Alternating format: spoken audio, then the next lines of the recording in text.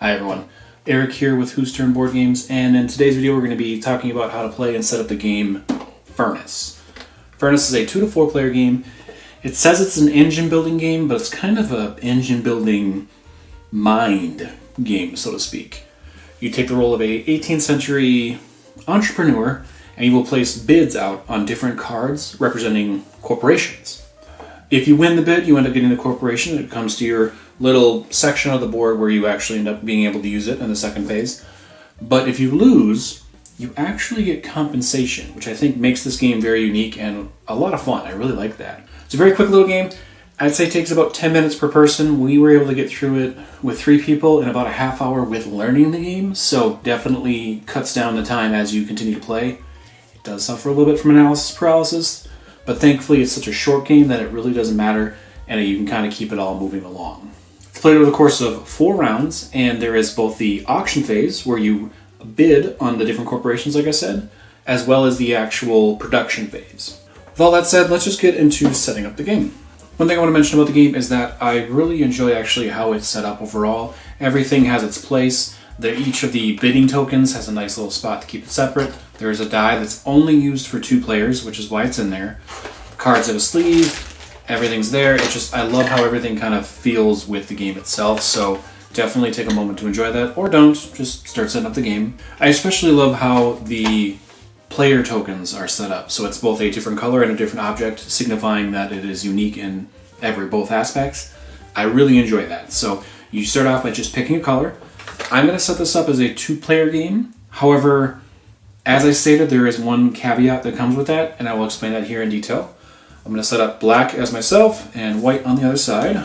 Each player, when they choose the color, is going to then choose they'll get the same numbers 1 through 4 that are of their color. They do stack in a very convenient little nifty way, so I enjoy that actually. Each player will get that. The train symbol was actually going to be the turn counter. There's going to be a little number with the numbers, little piece of cardboard with all the numbers on the side. That's going to start off at the top, and as it continues to go down in a very nice and smooth way, it'll just roll itself down. That's going to be your turn tracker, so you set that off to the side, set it to 1 to start. First player token, I'm going to set that up with black to have first player. You're then going to take everything else out of the box as far as resources go. These are upgrade tokens. You will need them. Set them off to the side. Each player should be able to do it. Resources are technically infinite, so you don't have to worry about it if you run out.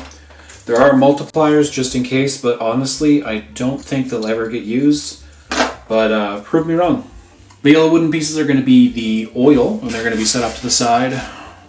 The bluish-grayish pieces are going to be iron. Again, set them off to the side so each player has access to them. The last pieces that you'll be grabbing are going to be the coal. And again, you're going to be setting those off to the side so everyone can get them. Lastly, just like in real life, you get a bag of money. You are going to do the exact same thing. This is only for scoring, so you will keep this off to the side a little bit more so than the other ones. You should be going back and forth with all these resources. You only take these tokens during the production phase, so have them accessible, but not as much so as the rest. Made it rain. Now, next for setup is going to be the cards. We're going to take the stack of cards that are double-sided and set them off to the side. You'll be shuffling those as it is. There are going to be 2 ones that are only one-sided. One has a picture of the, front of the cover of Furnace, as well as the background. These are going to be your starting production, as well as your starting character. Well, I should say your character. You are to randomly choose each time which one does what. I will not go over what they all do with the exception of one, and you'll make sure that that's out there. Each one does get a little bit of a special power in some capacity. And again, read the cards. They're pretty self-explanatory. For the most part, I'm going to choose the one that does have a little bit special ruling, more so than the rest. And that is going to be the one that you get an additional token. When you're taking everything out, you will notice that there is going to be a wood-colored number 2. For that number 2, it's only going to be used when you pull one specific character card, and it is this one. So normally when you're doing purchases, you can only spend what you have. This person will get an additional bid on all the production buildings. So to keep that in mind, if you have that, you'll be using it as your side.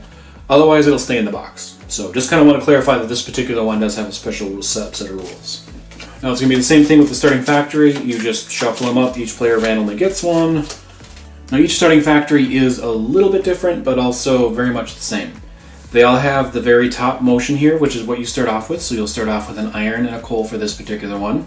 What this bottom part does is when you're in production phase, which I'll go into a little bit later, but just know that every single faction does have it where you can get an upgrade token for free. What is different about them is just what you turn resources, raw resources into for money, and that's it. All that being said, you are now going to shuffle the cards all together. They are double-sided. It does matter which side comes up, but it ultimately does not matter what they look like when they're being shuffled. So have at it.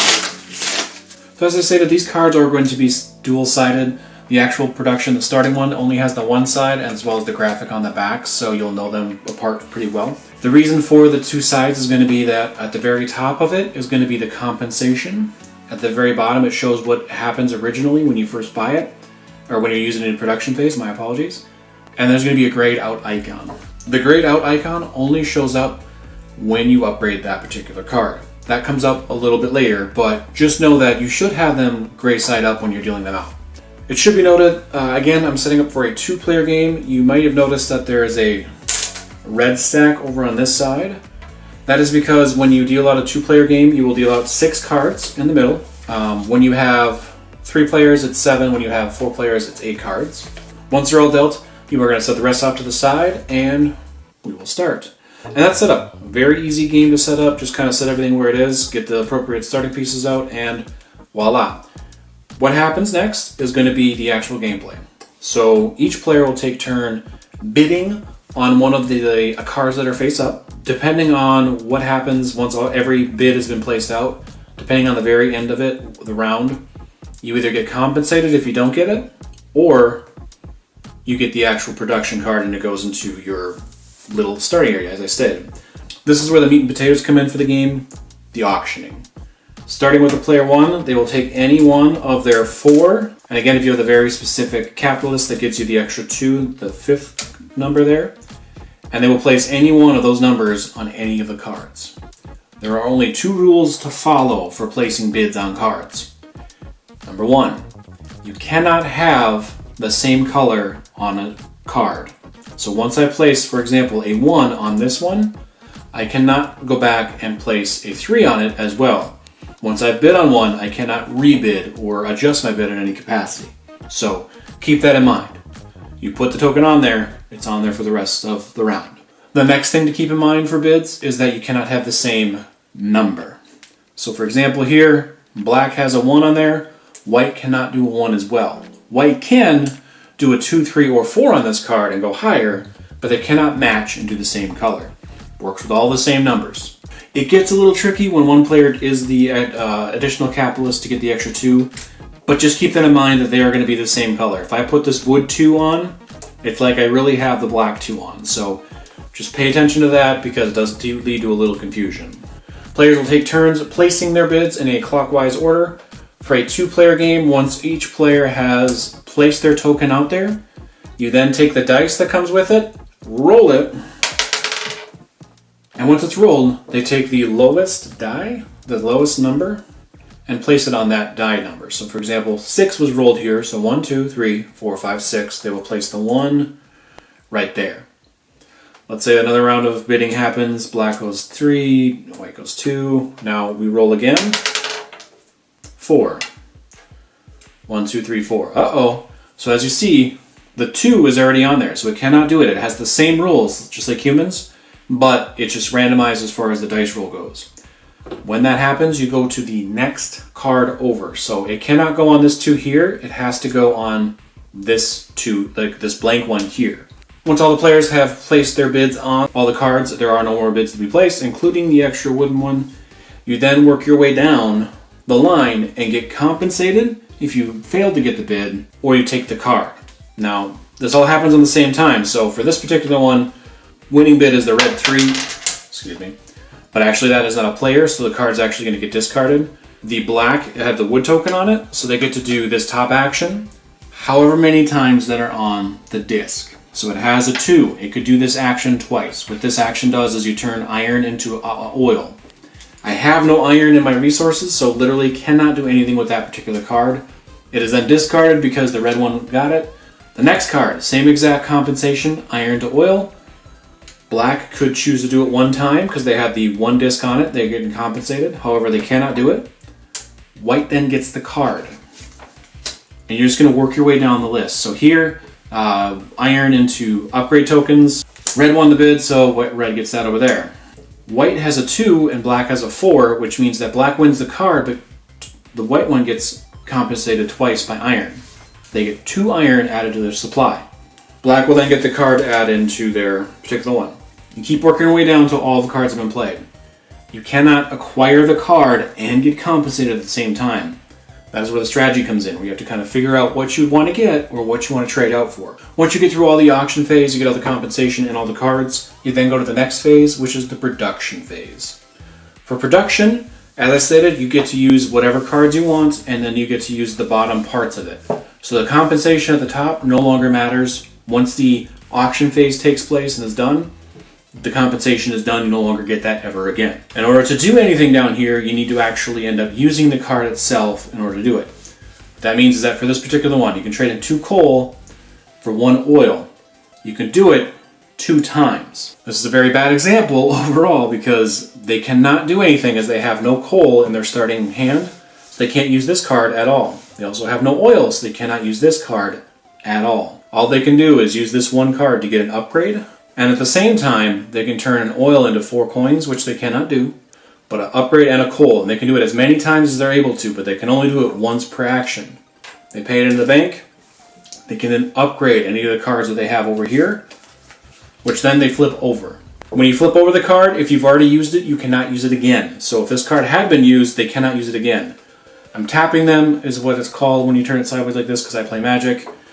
It's pretty normal among card games to it's what I do. Don't judge. So as they had no oil, they were not able to use this. That's fine. It was not used and tapped in that essence. So now they can use it to get an iron and 2 coal, which means they can now use this one, which is going to be 2 coal for an oil, if they so choose to. They don't have to, but if they wanted to. Once all of your productions have been done, you say, I'm good. Once all the people have taken their turns, everyone does it at the same time, by the way. There is no turn order. Once everyone's actions are done, everyone's good to go to the next phase. You pass the first player token to the next person, go down the next round counter, and start again. Shuffle up 6 more cards at the top of it, work your way through with bidding. Boom, rinse, lather, repeat. This is a Head & Shoulders commercial now. Ironic. The game continues on until the very last phase, which is phase 4. At that point, whoever has the most money wins. All money is just money. It is point value. Every single coin that you get for trading in some capacity, you get for points at the end of the game. Now, the official book says that if you have the same number of coins, then whoever has the most cards wins, the most production cards. And then after that, whoever has the most resources. And then if there's still a tie, that's not in the book. I didn't prove it. Picture it didn't happen. I don't think that you could tie that many times in these games. I just think that's actually impossible. But prove me wrong. And that's Furnace. It's a really quick game. It's really simple. It's really quick to set up. A really simple concept. A lot of fun. The bidding and the placing a bid on something just to potentially get compensated, I really enjoy that. I think it's really, really nice that it gives you something for not winning. Not just first player gets all, but it's a fun game. I really enjoy it. What are your thoughts on it? Do you enjoy the game? Do you like it? Do you think it's a lot of fun? Do you hate the compensation? Have you gotten just completely screwed by the NPC a couple of times? It's happened. It's gonna happen. So just let me know in the comments down below what your thoughts of the game are, what your experiences are with the game so far, and it'd be really fun to hear what other people have to think about it. Thank you all for watching. If you enjoyed the video, go ahead and give it a like. If you want to follow us on our board game journey and we do a lot of how to play and setups, reviews of games, and kind of just opinion of games. We have other stuff kind of in the pipe works, but consider subscribing. That would really help us out. We would really appreciate that if you followed us on our board game journey. If you know other games like this, leave that in the comments down below too. We're always looking for, keeping an eye out for other new games. Not so much even new games, just even older games. We actually got 2 recommendations for older games that we're going to be checking out that are on our wish list, so to speak. So thank you all for watching. I've been Eric, and until next time, whose turn? Oh, worst part about these videos is setting the game up, and then you don't even get to play it. So it's like you're sitting here explaining it all, and oh, it's so great, and you're like, I just want to play it, but I'm not here to play it. I'm here to teach. Ah!